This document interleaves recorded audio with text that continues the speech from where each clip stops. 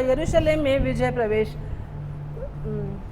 जब हम palm Sunday के बारे में सोचते हैं, यहाँ सोचते हैं कि जो खजूर की डालियों का रविवार है, तो बहुत से लोगों को नहीं पता है, बहुत से लोगों को पता है, लेकिन इसमें जो बातें हैं, मुझे यहाँ पे वो थीम बना के कुछ लगाना था, बट एग्ज़ाम्स हैं और सब इसमें, तो मैं वो नहीं बता पाई। लेकिन यहाँ पे मैंने कुछ चीज़ें देखा कि इस पैसेज में या इस पाम संडे में क्या क्या है।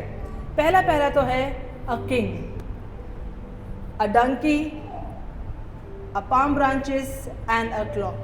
मतलब इस पाम संडे में ये जो चीज़ें सम्मिलित हैं वो है राजा, और दूसरा एक गधा, और खजूर की डालियाँ, और जो वस्त्र लोगों ने उसके सम्मुख बिछाए थे, है ना। जब यीशु मसीह यरूशलेम में प्रवेश कर रहा था, और वो एक राजा के रूप में प्रवेश कर रहा था। कैसे प्रवेश कर रहा था? राजा। पैसेज को हम पढ़ेंगे, मत्ती उसका 21वां अध्याय, मत्ती उसका 21वां अध्याय।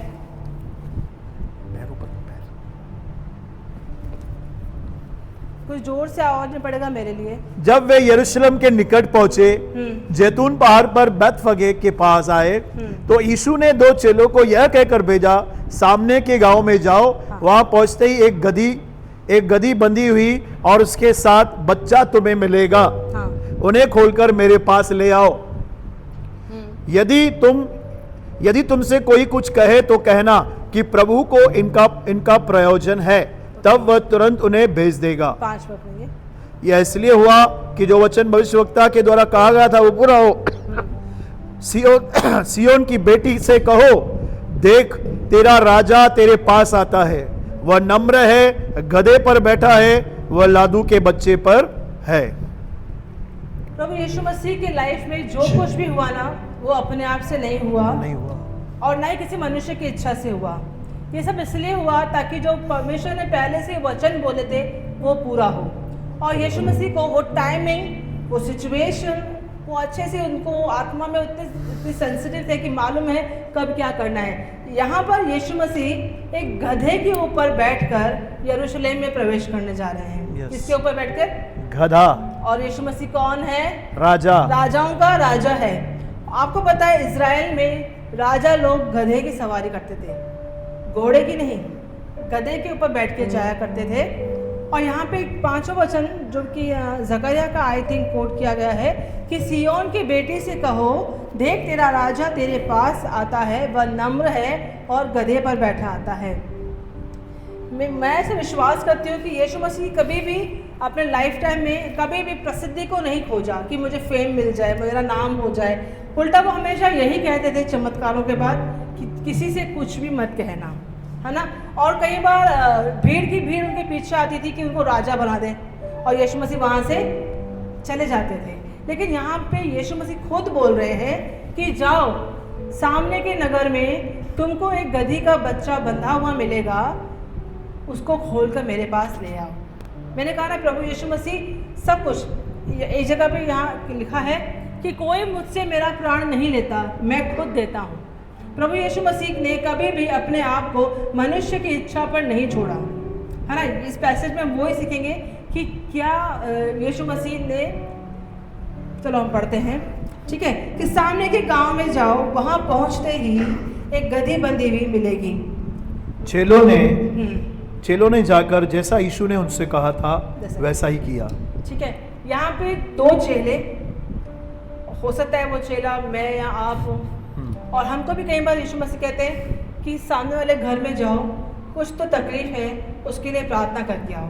और हम बोलते हैं नहीं प्रभु, वो मानेगा ही नहीं, वो मुझे सुना देगा, अरे वो कड़क आदमी है, वो बहुत डेंजरस है, वो गुस्से वाला है, वो प्रभु का विरोधी है। लेकिन प्रभु ने क्या बोला इन 2 चेलों को कि सामने के नगर में जाओ, वहाँ पे एक गधी का बच्चा बंधा हुआ मिलेगा। आज अगर अपने चारों तरफ हम देखें ना कि बहुत सारे लोग बंधे हुए हैं। क्या है? लोग बंधे हुए हैं। वो उनको ज़रूरत, प्रभु को ज़रूरत है उनकी, ताकि प्रभु उनके ऊपर सवार हो, उनकी ज़िंदगी में आ पाए। लेकिन हम क्या कहते हैं? एक्सक्यूजेस देते हैं। अगर ये चेलों ने उनको बोला होता कि प्रभु हम नहीं जाएंगे वहाँ पे, वो लोग हमको सुना दे तो पता नहीं किससे गधी का बच्चा है, आप तो बोल रहे हो जाओ खोल के आ जाओ, पैसे भी देने को नहीं बोल रहे हो। लेकिन प्रभु यीशु मसीह ने कहा कि तुम जाओ, अगर कोई तुमसे पूछता है तो बोलना कि प्रभु को इसकी आवश्यकता जरूरत है। आपके अंदर भी शैतान बहुत सारे थॉट्स डालेगा, अरे मैं कैसे सुसमाचार सुनाऊं, मैं कैसे बताऊं, वो थोड़ी ना मानने वाला है। सुसमाचार, पहली बात तो सुसमाचार सुनाना है ना बुद्धिमानी के साथ सुनाना है ना, बहुत ही ज़्यादा बुद्धिमानी के साथ में। अपने आप को धार्मिकता दिखाने के लिए, अपने को ज़्यादा अच्छा बताने के चक्कर में, पास्टर की नज़र के मतलब कंपटीशन, ये बहन 2 को सुना है मैं 4 को सुनाऊंगी, इस चक्कर में बहुत सारी मूर्खताएं हो जाती हैं।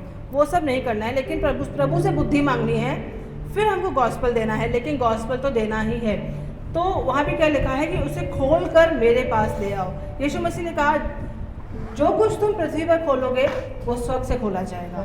आप विश्वास करते हैं कि बांधने और खोलने की सामर्थ प्रभु ने हमको दी है? आमीन। तो जो कुछ भी हम खोलेंगे यहाँ पे तो स्वर्ग से प्रभु खोलेंगे। आमीन। और जब लोग आपको शैतान बोलेगा कि मत नहीं मत सुना, आज तुम अपनी बेइज्जती करवाएगी, वो मानने वाली थोड़ी है। परसों के दिन भी किसी और ने उसको सुसमाचार सुनाया था, लेकिन वो मानी नहीं थी, मत जा। लेकिन आपको बोलना है कि प्रभु को उसकी जरूरत है, स्वर्ग को उसकी जरूरत है। यदि एक पापी मन फिराता है तो कहाँ पे आनंद मनाया जाता है? स्वर्ग में आनंद मनाया जाता है। तो जब हम बोलते हैं कि प्रभु को इसकी ज़रूरत है, आपको पता है कि वो आपके लिए अपने आप मार्ग बनता जाएगा, क्योंकि किंगडम, राज्य आपका नहीं है, मेरा नहीं है, लेकिन परमेश्वर का है। हमको सिर्फ परमेश्वर के साथ में खड़ा होने की ज़रूरत है और रास्ता वो ही बनाते जाते हैं। ओके, तो वो क्या बोलता है कि प्रभु को इसका प्रयोजन है और वो तुम्हें उसे तुरंत भेज देगा। जब आप परमेश्वर की आवाज़ को सुन करके गॉस्पल देते हैं, सुसमाचार सुनाते हैं इस विश्वास से कि प्रभु को इसकी ज़रूरत है। जैसे 20 साल पहले मेरे पास सुसमाचार पहुंचा तो किसी ने तो सोचा होगा ना कि इसको यीशु की ज़रूरत है, यीशु को इसकी ज़रूरत है। अगर आज इसको मैं सुसमाचार नहीं दिया तो इसका परिणाम क्या होगा? यहाँ पे भी मृत्यु है और मरने के बाद भी अनंत काल की मृत्यु को। एक छोटी सी किस्सा बताती हूँ। स्वर्ग में एक विश्वासी गया और प्रभु यीशु मसीह के साथ में भोजन कर रहा था। जब वो भोजन कर रहा था तो वहाँ पे एक चेयर खाली पड़ी थी। तो जो विश्वासी था वो वेट कर रहा था कि शायद कोई और भी आने वाला है। तो यीशु मसीह ने बोला कोई नहीं आएगा। बोले क्यों प्रभु, इतने सारे लोग, सिर्फ यही चेयर क्यों खाली है? इधर भी कोई आना चाहिए। बोले नहीं आएगा। तो वो बोलता है क्यों नहीं आएगा प्रभु? बोले याद कर, मैंने तुझसे जब तू पृथ्वी पर था कहा था कि सामने वाले घर में जाकर उसके लिए प्रार्थना करके आ, उसको ज़रूरत है, तू नहीं गया। अगर तू उस दिन वहाँ जाता तो आज ये कुर्सी खाली नहीं होती। तो हम लोगों को भी स्वर्ग में ऐसा कुछ फेस नहीं करना पड़े, ऐसा कुछ हमको देखना नहीं पड़े कि मेरी वजह से एक चेयर खाली पड़ी हुई है, मेरी वजह से एक स्वर्ग में घर खाली पड़ा हुआ है। तो हमको सुसमाचार के काम को उतना गंभीरता से लेना है। ठीक है, तो ये बात है जो प्रभु यीशु मसीह अपने आप को राजा बनाने के लिए दिए। जब उन्होंने चाहा,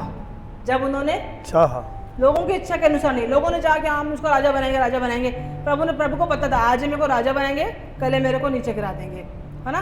तो जब वो यरूशलेम में, छठा वचन पढ़ेंगे। छठा, चेलों ने जाकर जैसा यीशु ने उनसे कहा था वैसे ही किया और गधी और बच्चे को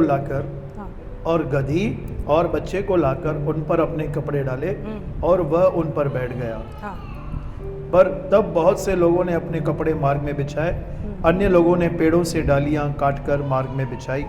जो भीड़ आगे आगे जाती, पीछे पीछे चली आती थी, पुकार कर कहती थी, दाऊद के संतान को होशाना, धन्य है वह जो प्रभु के नाम से आता है, आकाश में होशाना।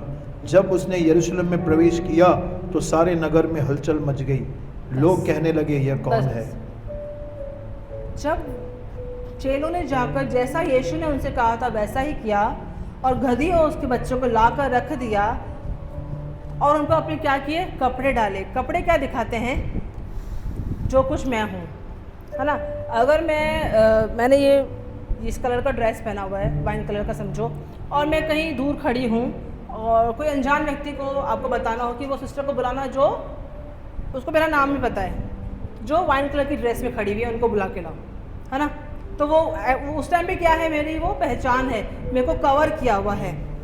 एक जगह परमेश्वर का वचन कहता है कि हमारे धर्म के काम मैले चिथड़े के अनुसार है। मीन्स जो भी हमने पहना हुआ है, हमारे धार्मिकता के काम, वो हमको यीशु के पास लाके रख देना है, उसके चरणों में लाके रख देना है कि प्रभु नहीं, ये काम नहीं, इनकी वजह से मैं धर्मी नहीं ठहरूंगा, मैं आपके पास जाकर समर्पित करता हूँ, लेकिन मुझे आपकी धार्मिकता के वस्त्र Amen. चाहिए। मुझे आपकी धार्मिकता को पहनना है, मुझे Blessed आपको be the पहनना है, name of the क्योंकि Lord. जितनों ने मसीह यीशु में बपतिस्मा लिया उन्होंने क्या किया, मसीह को पहन लिया है। पहन लिया है।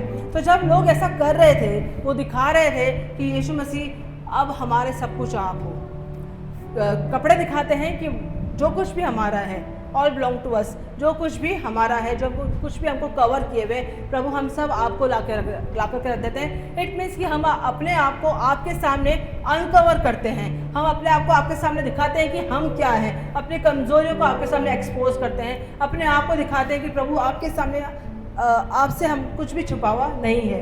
ये कपड़े जो बिछाना एक तो ये दिखाता है, और दूसरा दिखाता है ऑनर में, ऑनर मतलब आदर में। किसी के सामने हम ऐसे ही कपड़े दिखाते हैं ना, रेड कारपेट, हम कारपेट क्यों बिछाते हैं कि मतलब एक ऑनर में कि अच्छा लगना चाहिए, फेस्टिव मतलब कुछ अच्छा लगना, उत्सव लगना चाहिए।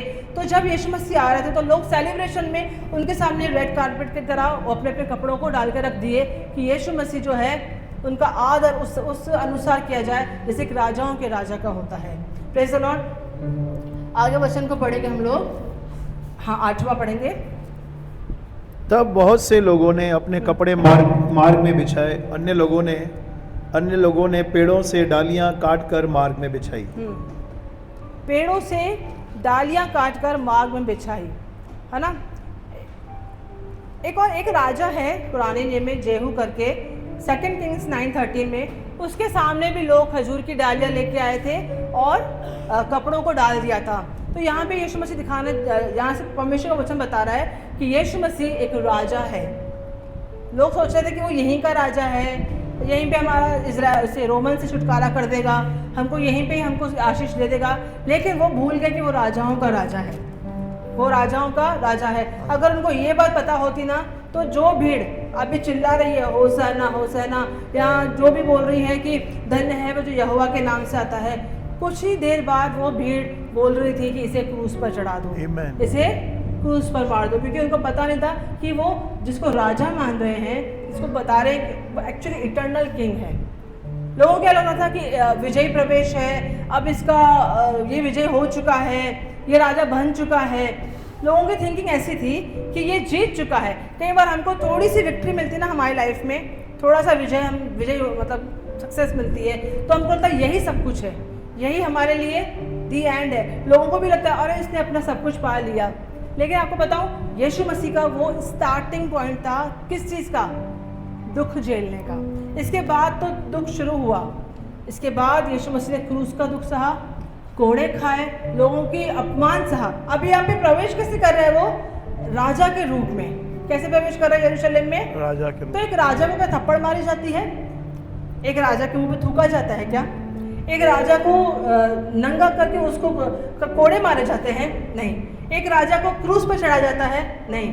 क्योंकि यहाँ पे यीशु मसीह बताना चाह रहे थे कि मैं राजा नहीं, मैं राजाओं का राजा हूँ, मैं राजाओं का। हमारी जब यीशु मसीह को क्रूस पर चढ़ाने के लिए पिलातुस के सामने रखा गया होगा, तो लोगों के मन में बहुत सारे सवाल आया होंगे कि अभी थोड़ी देर पहले तो ये बड़ा राजा बन के घूम रहा था, फरीसी और सदूकी भी सोच रहे होंगे कि बड़ा धन्य धन्य, लोग चिल्ला रहे थे, ये भी बोल रहा था कि इनको चुप कराया तो पत्थर बोल उठेंगे। अभी कहाँ गया वो सारा मंजर, वो सारा माहौल कैसे बदल गया? क्योंकि जो यहाँ की सोच रखने वाले लोग हैं ना, अर्थली थिंकिंग वाले लोग, वो इस बात को नहीं समझ पाएंगे। हमको क्या पता है एज ए विश्वासी, हम लोगों को क्या पता है कि यीशु मसीह की विक्ट्री कहाँ पे स्टार्ट होती है? ये गधे पर बैठकर जाने के यहाँ से स्टार्ट होती है, कि क्रूस पर बलिदान होकर स्टार्ट होती है, कि मुर्दों में से जी उठने पर स्टार्ट होती है? शैतान का तमाशा यीशु मसीह ने कहाँ बनाया? जब गधी पर बैठा था, यरूशलेम में प्रवेश करा था? नहीं। कहाँ पर उसकी विजय को हम देखते हैं? क्रूस पर। या ऐसा लिखा है कि क्रूस पर जय जयकार की ध्वनि सुनाई दी। जब वो गधी के बच्चे पर बैठा था, जहाँ पे होसना होसना सुनाई दे रहा था लोगों को, जहाँ पे लोग चिल्ला रहे थे कि धन्य है दाऊद की संतान, दाऊद का राज्य, या वह राजा। ये जो पैसेज है ना, आपको चारों सुसमाचार मिलेगा, और अलग अलग तरीके से लोगों ने मतलब नारे लगाए हैं। कोई बोल रहा है कि दाऊद का राज्य आ गया, कोई बोल रहा है कि वह राजा, कोई बोल रहा है धन्य राजा, है ना। लेकिन वो सब भूल गए, ये तो शुरुआत ही थी, ये असली विजय नहीं थी। ये क्या थी? असली विजय नहीं थी। असली विजय तो क्रूस पर होने वाली थी, जहाँ पे देखो यहाँ पे उसके पास फेम था, यीशु मसीह के पास एज अ राजा वो गधी पर बैठा हुआ है, उसको ऑनर मिल रहा है, तो भीड़ उसके पीछे है। लेकिन जब वो क्रूस पर था वो अकेला था, जब वो क्रूस पर था वो अकेला था। लेकिन असली जीत तो वहीं पर थी।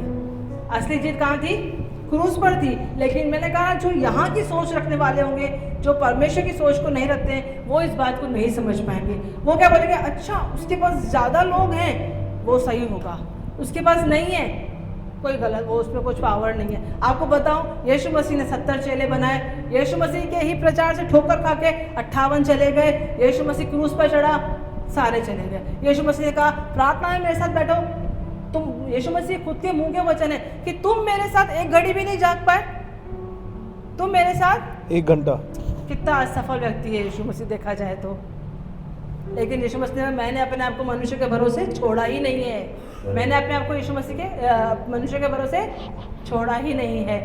ये जो घटना है ना, मैं आपको बताऊं, दिखाती है एक ऐसी भीड़ की जो कभी आपको बहुत तारीफ करेगी, बहुत ऊंचे पे रखेगी, और अगले ही पल बोलेगी इसे क्रूस पर चढ़ा दो। अगले ही पल क्या बोलेगी? तो हमको यीशु मसीह से ये सीखने का है कि अपने आप को कभी भी लोगों के भरोसे नहीं छोड़ना है। अगर ऐसा होता तो वो कभी भी अपने आप को राजा बनने के लिए नहीं देता था। यहाँ पे यीशु मसीह खुद ने अलाउड किया है कि जाओ गधी का बच्चा लेके आओ, मैं बैठूंगा, मैं यरूशलेम में प्रवेश करूंगा। इससे पहले लोग आए थे उसको राजा बनाने के लिए, लेकिन वो चला गया था, क्योंकि उसको पता था आज मेरे को राजा बनाएंगे, कल मेरे को क्रूस पर चढ़ाएंगे। और वो प्रभु यीशु मसीह यहाँ का राज्य स्थापित करने नहीं आए थे। वो कौन सा राज्य स्थापित करने आए थे? स्वर्ग का राज्य स्थापित करने आए थे। आइए हम आगे पढ़ेंगे वचन को। कौन सा है? हाँ, 9 पढ़ो। जो भीड़ आगे आगे जाती, पीछे पीछे चली आती थी, पुकार पुकार कर कहती थी, दाऊद के संतान को होशाना, धन्य है वह जो प्रभु के नाम से आता है, आकाश में होशाना। एक वचन निकालेंगे मेरे साथ में, पहला राजा उसका पहला अध्याय उसका 38 वचन।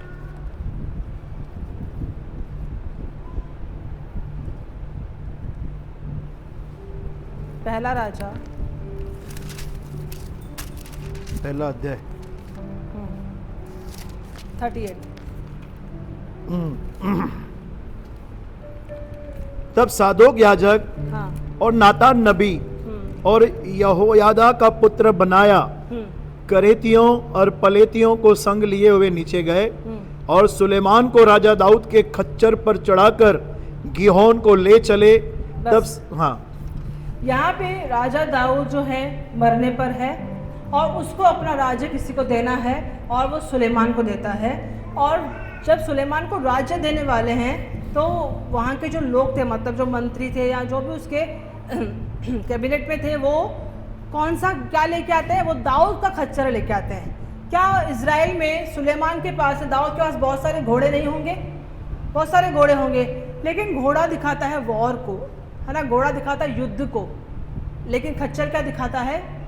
हमको लगता है गधे पे बैठ के आए हैं। हम लोग यहाँ पे बहुत अपमान की बात समझते हैं ना इंडिया में कि गधे पर बैठ के आए, लेकिन इजराइल में गधे पर बैठना एक आदर की चीज़ मानी जाती थी, क्योंकि गधा जो दिखाता है वो सिंबलाइज करता है, गधा किसको दिखाता है? नम्रता को दिखाता है और हार्ड वर्क को दिखाता है और दिखाता है मीकनेस, नम्रता को दिखाता है ना।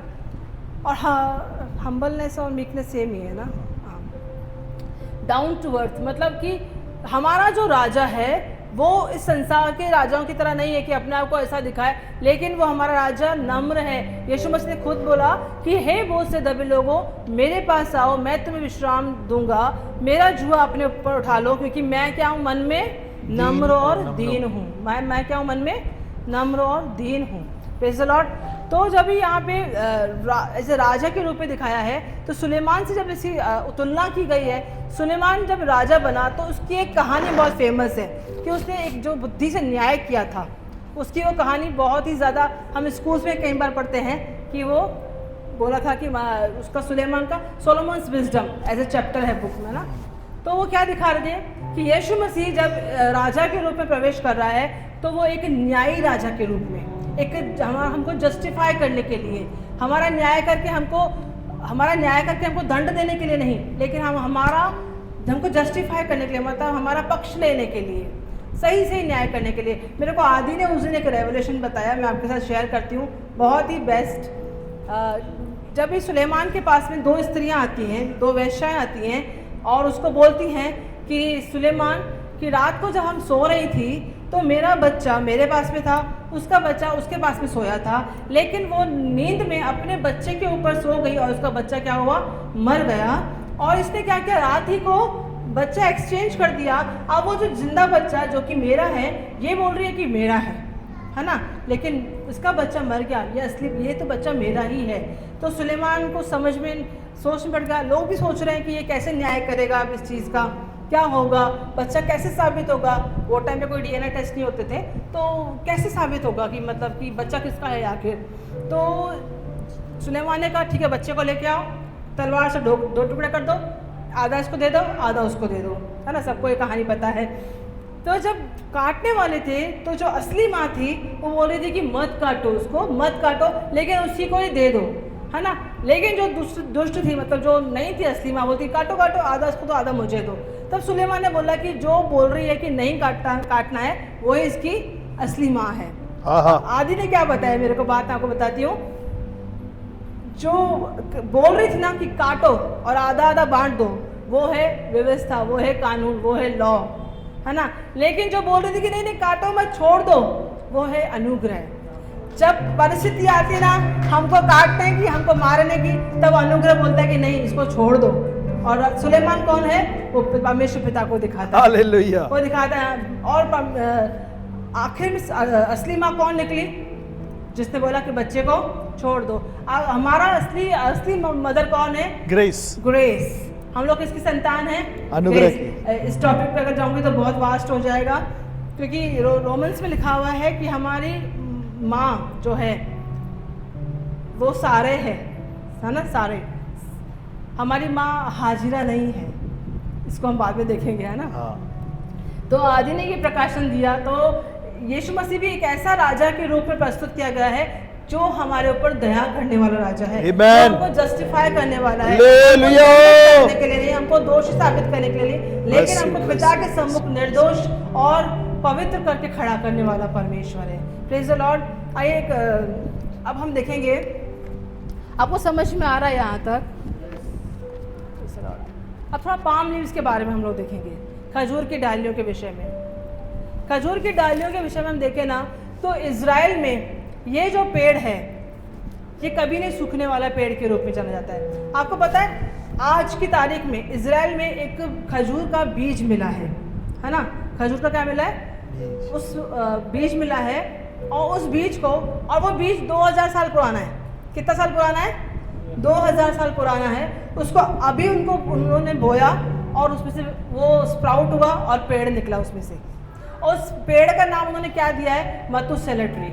मतुसेला को जानते हैं आप लोग, सबसे ज्यादा जीवित रहने वाला व्यक्ति इस संसार का मतुसेला है। उसकी एज कितनी है, 969, 969 साल वो इस धरती पे जिया। तो उस पेड़ का क्या नाम दिया है, मतुसेला ट्री नाम दिया है। तो जब इजराइल में एक राजा विजय को लेकर के आता था, विजय को दुश्मनों के ऊपर जीत को हासिल करके आता था, तब वो क्या करते थे, खजूर की डालियां को लेते थे और उसके सामने लहराते थे। ये वहाँ का एक कस्टम था, क्योंकि दिखाते थे कि जैसे ये खजूर की डालियां कभी नहीं मुरझाने वाली, ये जो राजा है इसका भी राजा कभी नहीं जाने वाला, कभी नहीं मुरझाने वाला है। और दूसरा दिखाता है खजूर की डालियां, लय व्यवस्था उसका 23 उसका 40 वचन निकालेंगे। लेविटिकस लय व्यवस्था उसका 23-40 वर्ष, 23 का 40। खजूर की डालियां दिखाती है एक उत्सव को, एक त्योहार को भी दिखाते हैं। और पहले दिन तुम अच्छे अच्छे वृक्षों की उपज, हाँ। और खजूर के पत्ते, घने वृक्षों की डालियां, नालों में के मजनू लेकर अपने परमेश्वर यहोवा के सामने 7 दिन तक आनंद करना। यहाँ पे क्या बोल रहे हैं कि खजूर की डालियों को लेके क्या करना है, आनंद करना है। क्या करना है, आनंद करना। और कहाँ पे आनंद करना है, परमेश्वर के सामने, परमेश्वर के सम्मुख। तो आज सबको कहाँ आना चाहिए था, परमेश्वर के कलीसिया में आना चाहिए था, क्योंकि आज के दिन देखा जाए तो प्रभु यीशु मसीह का विजय प्रवेश है। इसका मतलब है कि प्रभु यीशु मसीह ने अकेले विजय हासिल नहीं किए, हमको वो विजय में अपना हिस्सा बनाया है और हमको एक आज्ञा दी है। देखा जाए तो उसके सम्मुख हमको आनंद करना है, परिस्थिति चाहे कैसी भी हो चाहे कुछ भी हो, लेकिन हमको क्या करना है, आनंद करना है। क्योंकि अगर हम देखें ना, ये लय व्यवस्था जो है ये व्यवस्था की किताब है। अगर यहाँ पे प्रभु यीशु मसीह ने, परमेश्वर ने कुछ करने के लिए बोल दिया तो वो करना ही करना है। क्या करना है? करना ही करना है। क्योंकि इन दिनों हम व्यवस्था पढ़ रहे हैं तो जो आज्ञाएं दी जाती हैं और वो नहीं करते हैं तो उसकी कॉन्सिक्वेंसेस, उसके परिणाम क्या भुगतने पड़ते हैं। यहाँ तक कि लोगों ने मृत्यु भी फेस की है।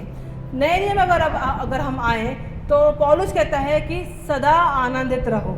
क्यों आनंदित रहो? क्योंकि हमारा राजा जीत चुका है, हमारा कैप्टन जीत चुका है। हमारे पास बोलते हैं जब दाऊद जीता था तो दाऊद नहीं जीता था, पूरा इजराइल जीता था। अगर गोलियत जीत जाता तो सिर्फ गोलियत नहीं जीतता, पूरा पलिश्ती जीता था। और अगर पलिश्ती जीत जाते तो पूरा इजराइल हारता था, अकेला दाऊद नहीं हारता था। अकेले दाऊद को वो लोग लेके जाते थे क्या, बंदी बना के? पूरे इजराइल को लेके जाते थे। अगर आज हमारा राजाओं का राजा जीत चुका है तो हम सब जीत चुके हैं। हम सब क्या जीत चुके? तो कई बार हम लोग, मैंने पर्सनली बहुत सारे बिलीवर्स को निराशा में पड़े हुए हारा ऐसा मुंह बना के देखा है। मानो कि वो बता रहे हैं हाँ यीशु मसीह आप गधे पे सवार होकर आए होंगे, हाँ यीशु मसीह आपको राजाओं के जैसे आपको वेलकम किया होगा, हो सकता है आपने क्रूस पर जय भी पाई होगी, ठीक है आप मुर्दों में से भी जी उठेंगे, लेकिन मेरा क्या पता है? क्योंकि उनको ये रेवलेशन ही नहीं मालूम है कि जो कुछ भी यीशु के साथ हुआ है वो मेरे साथ हुआ है। अगर जो कुछ मेरे सर के साथ होगा, अगर मैं एक पानी का मग लेके अपने सर पे डालूंगी तो क्या सर तक ही रहेगा वो पानी? नेचुरली वो नीचे तक आना ही है, वो देह तक आना ही है।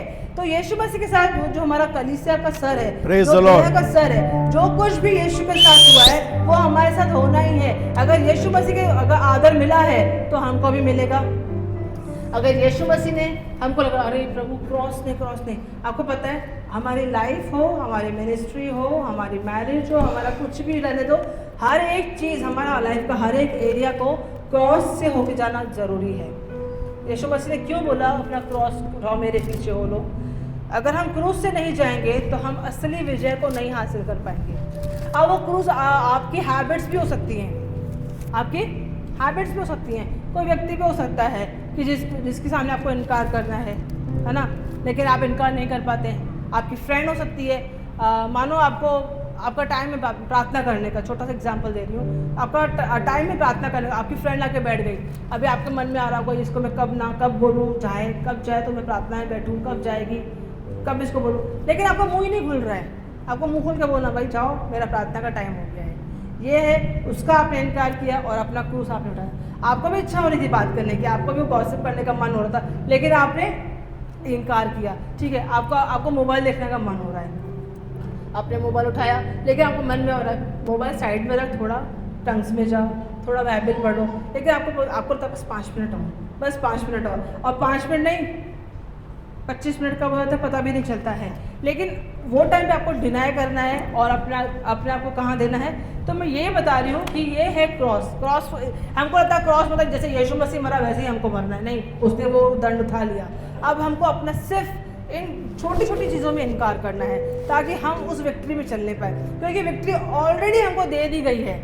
हमको लगता है कि हमको मेरे भाई जीत के लिए लड़ना है, मेहनत करनी है, बहुत पसीने बहाने हैं, वो सब यीशु मसीह ने कर दिया है। टेक रेस्ट, अपने बाजू वाले को बोलो रिलैक्स, यीशु मसीह ने बड़ा काम कर दिया है, देखो छोटा सा दिया है करने के लिए। क्या दिया है? देखो पहले तो इस बात पर विश्वास करना है कि यीशु मसीह ने जो जीत हासिल की है वो मेरे लिए की है।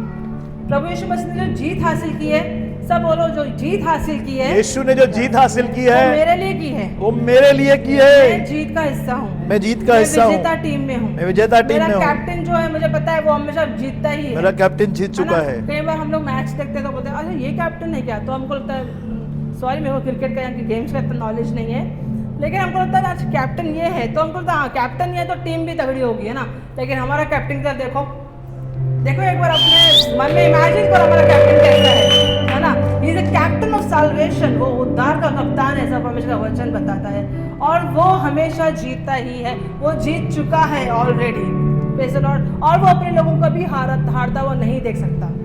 जब एक व्यक्ति अपने विचारों में हार जाता है, जब एक व्यक्ति अपने मन में ही सोच लेता है कि अब मेरा कुछ नहीं हो सकता, अब तो मैं गया काम से, यही सबसे बड़ा वो वक्त होता है जहाँ हम पवित्र आत्मा को शोकित करते हैं और हमारे उद्धारकर्ता को हम नाखुश करते हैं। इसलिए इब्रानी में लिखा है ना कि विश्वास करने वालों से वो प्रसन्न होता है। किससे प्रसन्न होता है? विश्वास करने वालों से। क्या विश्वास करते हैं? जब हम सही विश्वास करते हैं, जब हम सही विश्वास करते हैं कि प्रभु यीशु मसीह मेरे पक्ष में है, परमेश्वर मेरे पक्ष में है ना, मनुष्य मेरा क्या कर सकता है, मैं ना डरूंगा। ये चीज़ें हमको विजय जीवन जीने में हेल्प करती हैं। और यही पाम संडे का मैसेज भी है कि यीशु मसीह एक विजेता के रूप में आपके लाइफ में प्रवेश करना चाहते हैं। आमेन। और आपके ऊपर जब वो बैठता है तो आपकी लाइफ छुपी हुई नहीं रहती है। जैसे उस गधे के सामने लोग कपड़े ला के बिछा रहे थे, तो मैं विश्वास करती हूँ यीशु मसीह ने कहा जो कोई मेरा आदर करेगा मेरा पिता उसका आदर करेगा, जो मेरा काम करेगा परमेश्वर पिता उसका आदर करेगा। जब उस गधी ने अपने आप को दे दिया, आइए यीशु जी बैठ जाइए मेरे ऊपर, जहाँ लेके जाना ले जाइए, है ना। उसको क्या पता गधी को बेचारी को कि राजाओं का राजा खुद उसका रचयिता उसके ऊपर बैठा है। कई बार हमको लगता है हाँ ठीक है ना, यीशु मसीह में आ गए, हम करते हैं प्रभु की सेवा करते हैं, इतना आहें लेके बोलते ना, ठंडा सी मतलब बोलते ना चल रहा है, सब चल रहा है, अच्छा चल रहा है, गॉस्पेल हाँ सुनाती हूँ, ये मीटिंग हाँ हो गई मीटिंग। परमेश्वर का वचन बोलता है कि परमेश्वर का काम ठंडी आहें भर के मत करना, और हाय उस पर जो यहोवा का काम आलस से करता है। आलस बोले तो ठीक है कर लेंगे, मीटिंग में जाना है चले जाएंगे। अरे एक बार सोचो, तुमको मीटिंग में बुलाने के लिए, इस कलीसिया को स्थापित करने के लिए यीशु ने लहू बहाया है। ये कलीसिया क्या है? हमको लगता है ठीक है ये एक हॉल मिल गया, यहाँ पे हम लोग इकट्ठा होते हैं, गाना गाते हैं या प्रचार करते हैं। नहीं नहीं नहीं, कलीसिया वो नहीं है। कलीसिया यीशु के लहू से बनी है। उसकी जब पसली में से खून निकला ना, उसमें से वो कलीसिया, जैसे पास्टर ने बताया कि दुल्हन जो है पसली में से निकलती है, जब यीशु मसीह के पसली में से ब्लड निकला वो टाइम पे कलीसिया की स्थापना हुई। हालेलुया। तो कभी भी कलीसिया को हल्का नहीं समझना चाहिए।